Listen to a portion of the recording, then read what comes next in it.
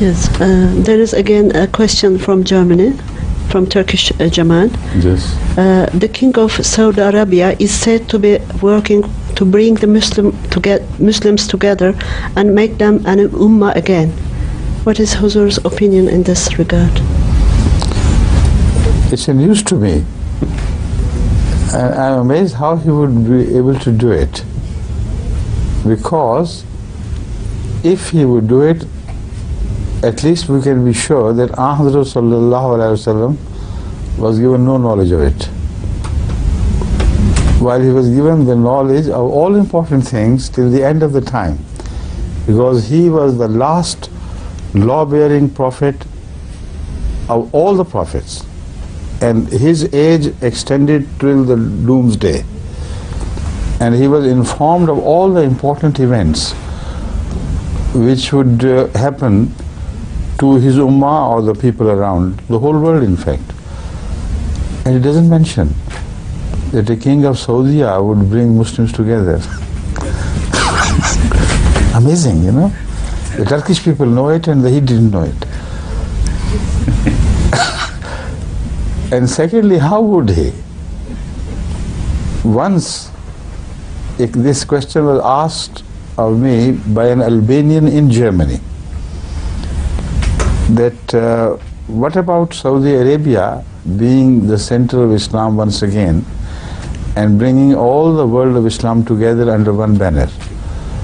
I said, it's a very welcome idea, but I suggest that Saudi Arabia should start doing it by changing the imamat of Khana Ka'bah from one sect of Islam to another.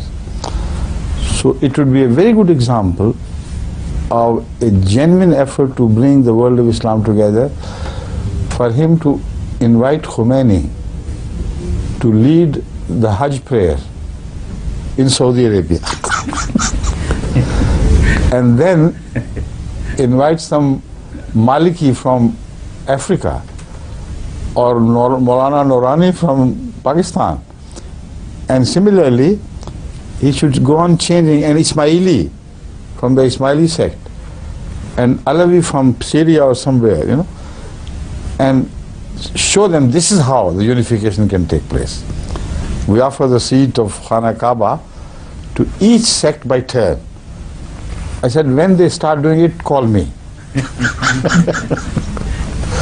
So this is the answer to you.